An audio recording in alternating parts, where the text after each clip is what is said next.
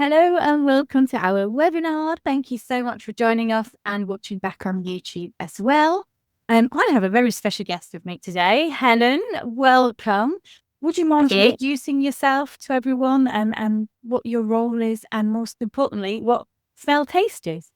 Yes. So I'm Helen. I work for the charity Smell Taste. We used to be called Fifth Sense. You may not have heard of either of those names, but that's why we're here, talking to yourselves, and I sort of get out and about, and that's my job really. So I'm the engagement and education officer at Smell Taste, sort of raise awareness and understanding of smell and taste impairments to anybody that might be affected. Amazing. Thank you so much.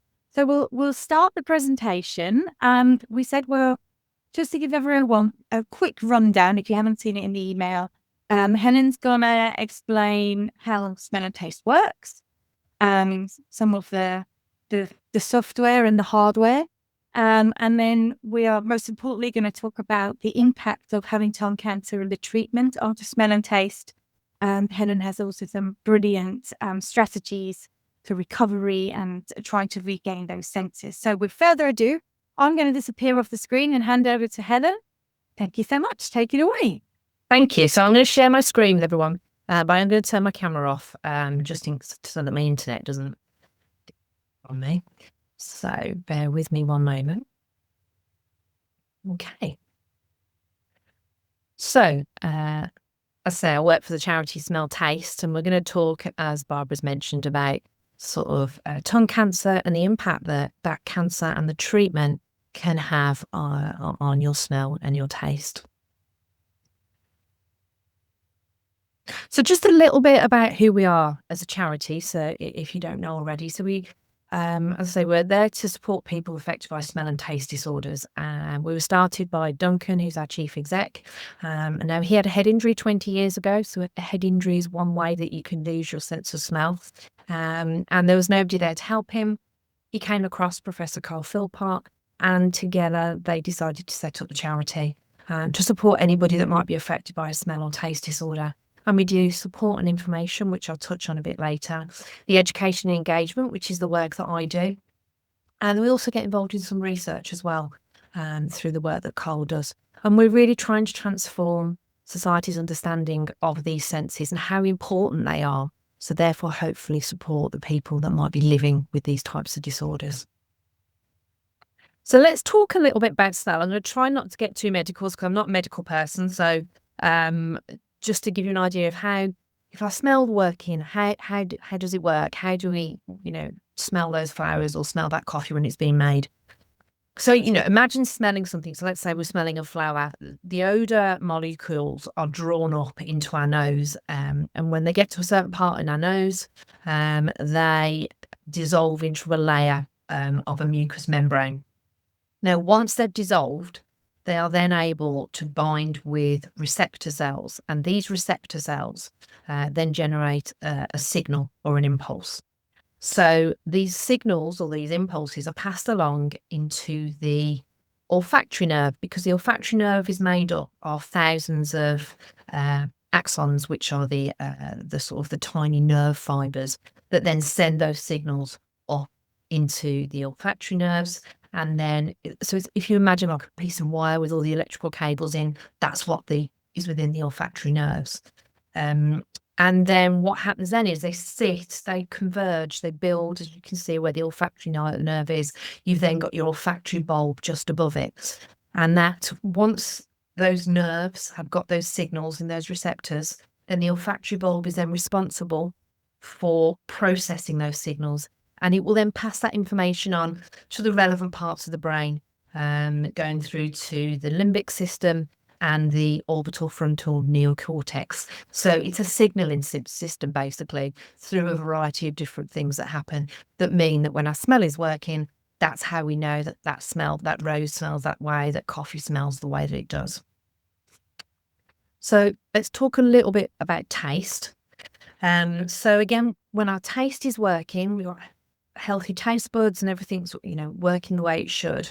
The first thing I'm just going to point out is there is a picture at the top of that screen and there's a tongue, and you can see the 5 basic tastes are listed on that tongue, but they're in different sections of the tongue. And the reason why there is a line through that picture is because a lot of people think that we only get salt on the end of our tongue and we get sour on the side of our tongue, and that isn't the case. We actually can taste all 5 basic tastes in our tongue on any part where we have taste buds, basically. And the pictures at the bottom, which are in different colours, is just showing this is sort of roughly where you would see some of your taste buds. We do have them in other parts of our mouth as well, and at the back of our throat, but a majority of our taste buds sit on our tongue. But in one taste bud, you will get all 5 of your basic tastes. They're not spread out in different parts of your tongue. And when we eat food or have a drink, then what happens is tiny molecules, they are released. And those molecules go into gustatory cells, which sit within our taste buds, and it stimulates taste. And then what will then happen is, and I'll show you the nerves that you have in your tongue, that then again sends another signal through to your brain. We also have another way of having a form of taste, and that's the trigeminal nerve, which isn't on here. But it's a nerve that runs from the nose, and it doesn't necessarily give you taste, but it gives you sensations. So things like a minty sensation, or the sensation you might get from spicy food or from chili, things like that, and the hot and cold sensations that give textures to our taste, that comes from our trigeminal nerve, but that's not attached to the taste buds. So what you may or may not have noticed is with our olfactory bulb, we have an olfactory nerve. We just have the one nerve that sort of works from a smell point of view. In our tongue, we actually have 3 pairs of cranial nerves that link to our taste buds. So we have more nerves that then wire into different parts of the brain, which means in some cases it can be harder to damage our taste than it can to damage our sense of smell, because there are 3 nerves rather than just one nerve for the olfactory bulb. But again, it depends on what treatment you're having and what cancer you may have as to how it might be affected. So if I'm just coming while I'm talking about that as well, then is just bringing smell and taste together and flavour. So obviously you've seen the more medical diagrams. This is a more basic one to help me to sort of demonstrate this. But we've talked about when our smell's working. So let's imagine there's a cup of coffee sat in front of you and you can smell that coffee. It goes up through your nose, and I've just explained it's that signalling system where you smell the coffee. Then in our tongue, we have our 5 basic tastes. Now, when we eat food or we take a drink, and when we're chewing that food, and when we swallow that food or drink, we actually smell it through the back of our throat. And that is how we get the flavour from our food. So we get our 5 basic tastes on our tongue, if our tongue and our taste buds are working for all 5 of the basic tastes. But actually the flavour of our food, so let's imagine that cup of coffee, if your smell is working, you smell that coffee while it's being made, you take a drink of that coffee, and you get, if you like coffee, you get that lovely coffee flavour. Now, if your smell is not working at all, or it's impaired, let's say it's not working at all, you can't smell the coffee, and when you drink the coffee, you will get no coffee flavour whatsoever. Now, if your taste buds are working, so let's say they are in this circumstance, and the coffee's got natural sugar in it, then what you would get is you get the sweetness of the sugar on your tongue, and you might get the bitterness of the coffee bean on your tongue as well, but you wouldn't get any flavour. So our taste buds and our sense of smell, they come together and give us our overall perception of how our food, the flavour of our food, the taste of our food. If you take one of them away, so let's say you take smell away, if you take smell away, you can lose, nearly 80% of the flavour, and the pleasure that we get from our food. If you take taste away as well, so if your taste and smell are not working at all, you will get absolutely nothing when you put that food in your mouth or when you take that drink, which is why when our taste buds aren't working correctly or our smell's not working correctly, it can have a real impact on how you engage with food and drink and what you want to eat and drink. So how can treatment affect your smell and taste? And it really depends. There's going to be a variety of things that could affect it. So, for example, if you were to have a part of your tongue removed or all of your tongue removed, then you are going to be removing taste buds from your mouth. Not necessarily all of them. So if it's a partial removal, you're going to still have some taste buds left. If it's a full removal, you could still have taste buds in the back of your throat and your soft palate, but a large amount of your taste buds are going to disappear when you take away the tongue. So that's going to affect sort of how you taste food.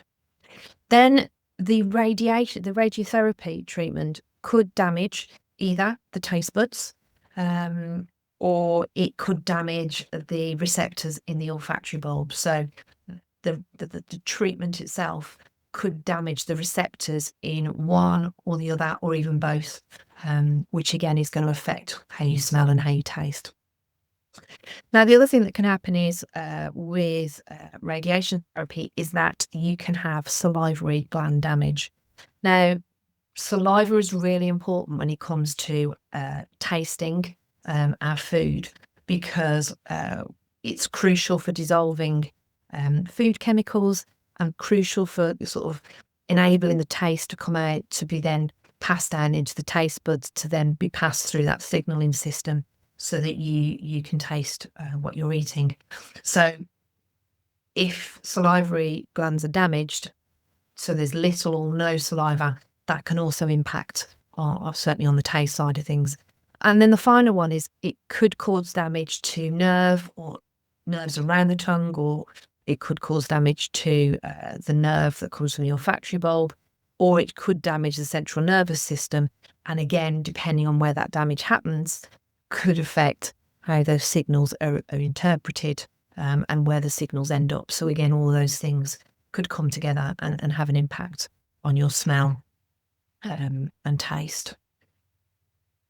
So let's talk about what types of smell and taste impairments there are. So as I've already mentioned, I think at the start, your smell and your taste are not collected, and you can have a smell impairment and still be able to taste. You can have a taste impairment and still be able to smell, or you could have both of them being affected depending on the treatment and what you've had done. So smell impairment. So anosmia is when you have no ability to smell whatsoever, and hyposmia is where you have a reduced ability to smell. Parosmia is distorted smells. So this is where things don't smell like they're supposed to. So things like, people talk about things like meat smelling like sewage. So when they say they don't smell like the things they ought to, they generally always end up smelling like something quite unpleasant. Beauty products smelling like burnt rubber, to the point that it can affect whether people can be around certain things. It can make people be physically sick, and it can also then affect the flavour of the food if you're living with parosmia. Phantosmia is when you can smell things that nobody else can. So things like, so I know some people talk about the fact they have a permanent smell of burnt toast in the nose. They can smell everything else, but they have a permanent smell of burnt toast. And then hyperosmia is high sensitivity to smells. And I'm aware this can happen sometimes as well, depending on the damage that's been done through treatment. And this is where things smell the way they should. But again, they can smell so strong to some people, it can physically make them ill. Some common ones, although it's not a black and white list, so everybody's different. Things like coffee, onions, garlic, red meat. And then you've got your taste impairments. So you can have the same taste impairments, but in your tongue. So you can have a complete inability to taste. And this might happen, for example, if you have all of your tongue removed and you have hardly any taste buds, you may have no ability to taste whatsoever. Then you've got reduced ability to taste, which again, maybe you've had partial removal of your tongue, that might affect you.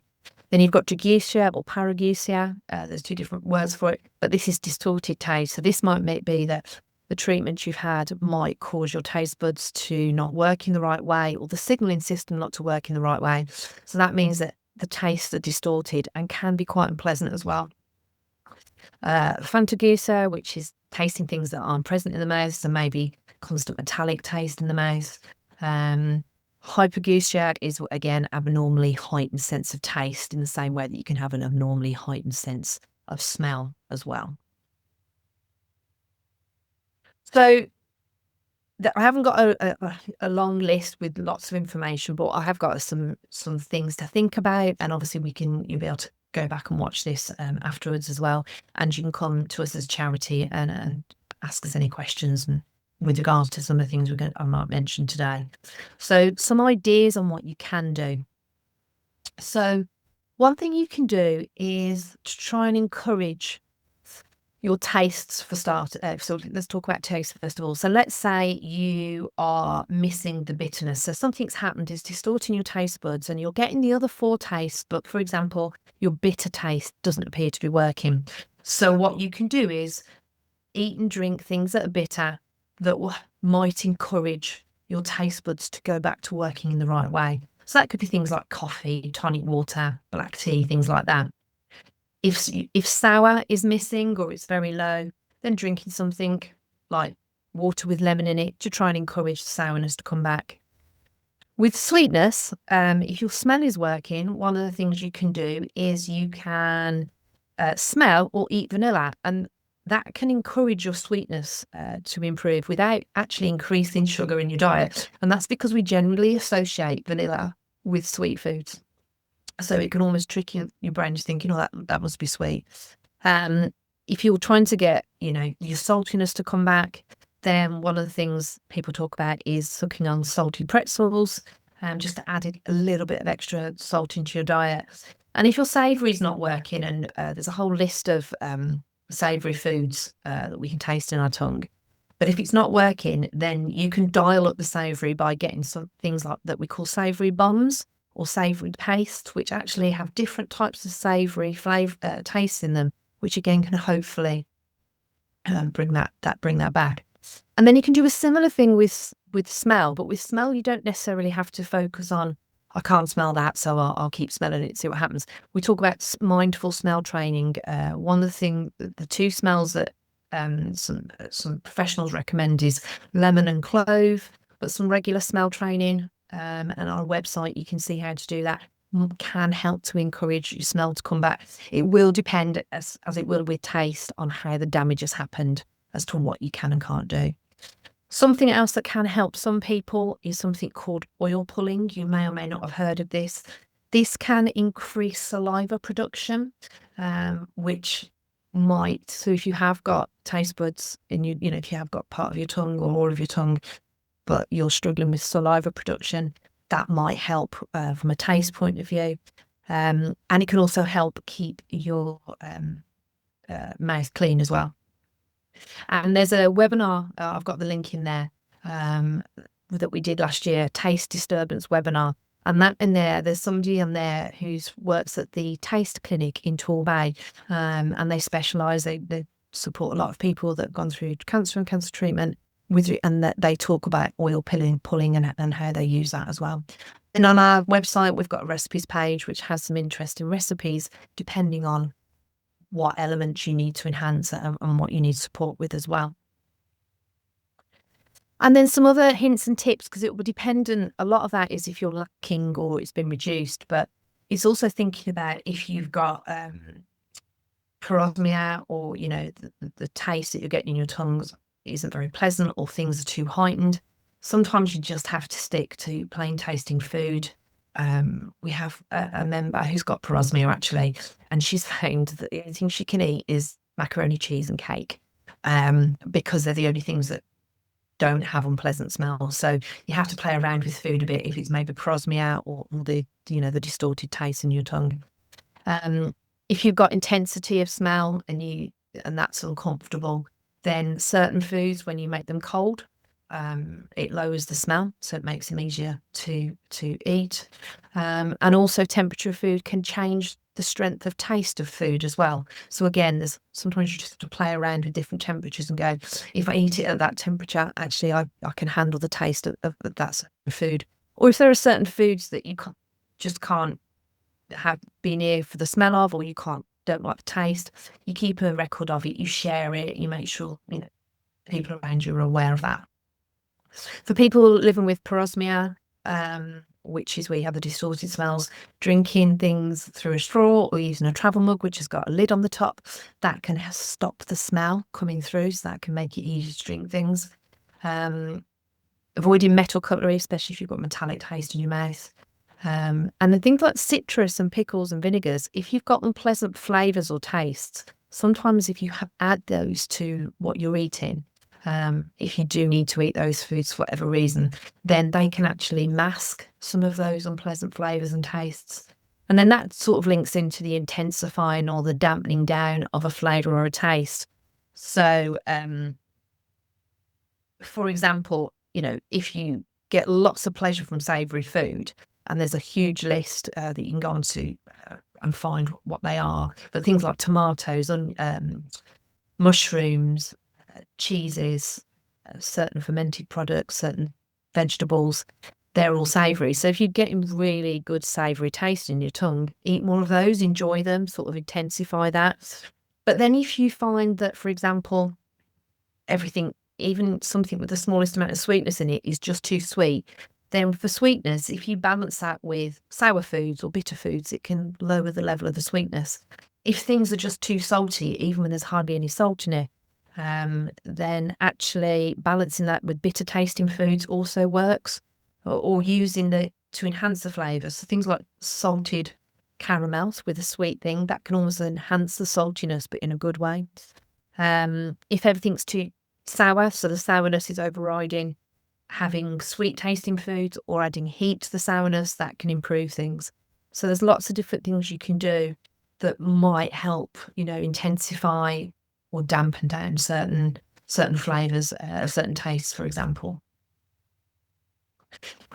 Now, if your sense of smell in particular, this section is linked to smell, is affected, and you're unable to smell things, or your smell is limited, or your smell is distorted, and you have gas appliances, that does present a safeguarding risk, because potentially you're not going to be able to smell the gas if there's a gas leak. So you may or may not be aware of this. There's lots of reasons why you can go on it, but the Priority Services Register is something that's free to register on, and it means that if you have a problem, let's say you have a gas leak, yours would be, and it was affecting several of the houses in the road, you would be given as priority to keep you safe over people that aren't on that register. But it also links into if your electricity supply is cut, or if there's a problem with your water. So somebody with a smell disorder impairment, even if it's not diagnosed, can go on the Priority Services Register. But there are other reasons as well which you may or may not be registered on already at the moment. If you have somebody in the house that can't smell, and you have a cooker that when the cooker's turned on, the gas is coming out, they walk away and forget to light it, and the gas is still coming out, then locking cooker valves can get fitted as well to keep people safe. Smoke and carbon monoxide is really important for everybody, because you can't smell carbon monoxide, and when you're asleep, most of us can't smell smoke, so that's why we need detectors. Natural gas detectors, which you can source online relatively cheaply if your smell's affected, are really important if you've got gas appliances to keep you safe. They will tell you if there's a gas leak. And then the support and information that we offer as a charity. So it's free for anyone to join. So if you're affected by a smell or taste impairment, if you support somebody that is, if you're a professional, then it's free to join. We do one-to-one support via email, or over the phone with our support and information officer, Mags. Don't have an inbound phone service because only 5 of us, but Mags can then arrange phone calls once people have reached out or email, and she can answer questions and signpost. We have online support groups every month, depending on why somebody's sense of smell or taste has changed, bring people together to support each other with our smell taste volunteers. We have a members forum every year. We've got a conference that happens every 2 years where our next one is in November, actually, in Nottingham, where people come along who are either living with a smell or taste impairment, family members and professionals, and we have guest speakers that come along to that. And then we have local groups as well, starting to build across England, where we have, and that's the picture in there is our Birmingham group, but they're starting to grow across England. So we have them in different areas like Mansfield, we have Birmingham, we have Norwich, if I remember rightly, Manchester, Liverpool, Oxford, London, and there's more and more popping up. So that if people don't want to do things online, we can start to come together and support you. And again, they're run by our volunteers that will be people that are living with the same experiences. So thank you for listening to me. Hopefully that's helped, and I didn't go through it too quickly for you. I'll just stop sharing, turn my camera back on. Thank you so much, Helen. That's brilliant. That okay? Yes, thank you so much. And that concludes our webinar. For everyone who's online live with us, we will continue to have a chat. But if you've joined us to have a look via YouTube, please follow all the links. I will also put them all into the description. And Helen, thank you so much for taking That's okay. today. Really, really appreciate it. Thank you. That's okay. No problem.